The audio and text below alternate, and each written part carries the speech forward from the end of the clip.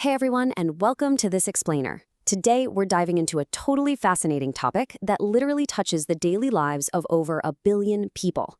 We're going to unpack Shashi Tharoor's brilliant essay on the vibrant, highly unique form of English that Indians use every single day. We're talking, of course, about Indian English. Now, Tharoor argues that this variety of the English language absolutely isn't a corruption, and it certainly isn't something anyone should be ashamed of. Instead, it's a rich, dynamic dialect that we really need to accept, understand, and celebrate. We're going to map out exactly how this language evolved, why it works the way it does, and explore some of the most incredibly creative vocabulary to come out of it. To kick things off, let me ask you a very practical linguistic question. Think about this for a second. What is the exact opposite of postpone? In standard British or American English, if you want to bring a meeting forward, you don't actually have a single neat word for it. You might say, hey, can we bring the meeting forward? Or can we move the event to an earlier time? It takes an entire phrase just to communicate a really simple, everyday scheduling need. But in India, well, they solved this problem with perfect linguistic logic. And that incredibly elegant solution is the word prepone. It simply means to move a meeting or event to an earlier time. But here is the amazing backstory that Tharoor shares in his essay. He actually invented this highly practical word himself. No way, right? As a young student at St. Stephen's College in the 1970s, he just found it frustrating to use a whole clunky sentence to ask if a meeting could happen sooner. So instead of saying, can we move the meeting earlier, he just swapped the prefix post for pre and asked, can we prepone it? To his absolute surprise, the idea spread like wildfire. Today, it's used by millions and millions of people. It brilliantly shows how new words in Indian English are so often born out of pure everyday necessity. Okay, let's dive into this next part. Section 1, validating the dialect. You know, every variety of English around the world has its own distinct local flavor. Americans confidently say fall instead of autumn, and they use the word gotten all the time. These are accepted Americanisms, and no one really questions their validity, right? They're just accepted as the American way of speaking English. And the absolutely crucial point Tharoor makes is this. If American usage is accepted globally, then Indian usage is completely valid too. If fall is a legitimate word, then Indianisms like prepone or furlong level the linguistic playing field. And this validation naturally builds into something really cool, historical preservation. Sometimes what we call an Indianism is actually just a perfectly preserved piece of old British English.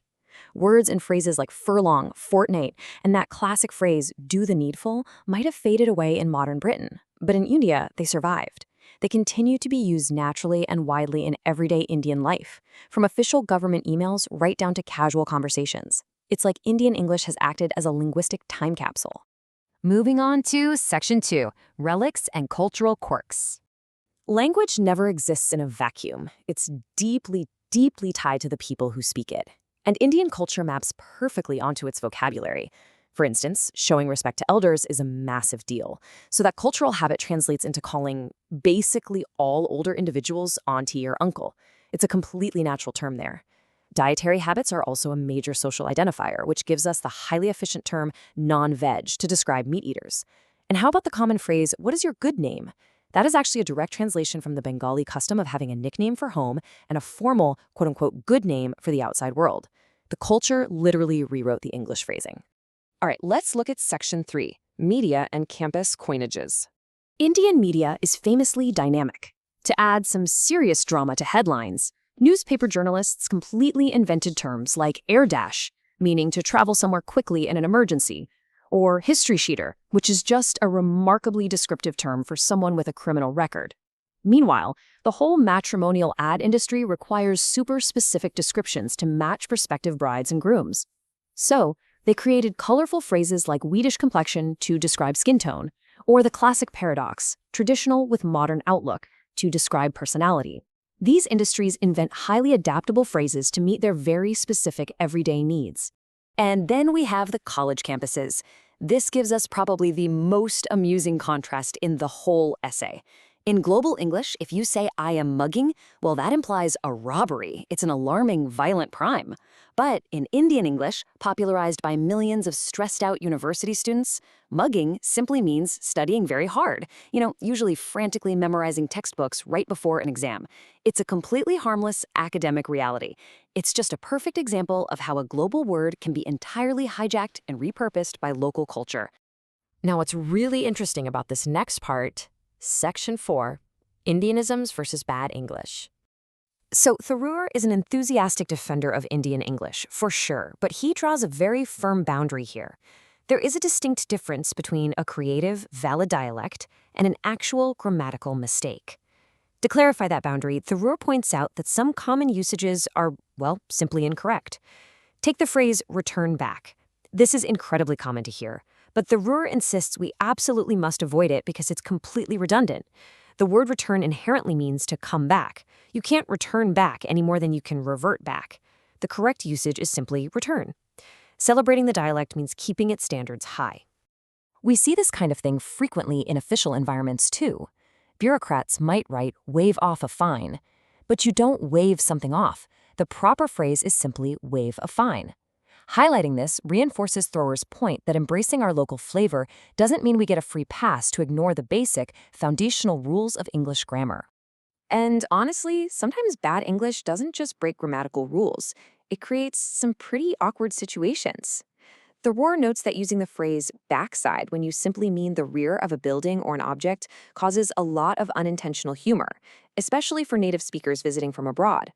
Plus, misusing the word till, for example, saying, I will miss you till you are away instead of while you are away, doesn't just sound funny, it actually causes logical confusion. Tharoor classifies these firmly as bad English. They aren't clever inventions. They're just errors that hinder clear communication, and they really should be corrected. Which brings us to our final part, Section 5, Proudly Indian, Kindly Adjust. Ultimately, Tharoor's big argument here is that Indian English is a fully legitimate language variety. It is immensely practical, giving us brilliant words like prepone that fill actual gaps in the language. It's wildly creative and adaptable, as we saw in the newspapers and those matrimonial ads. But most importantly, it is a natural growth of Indian society.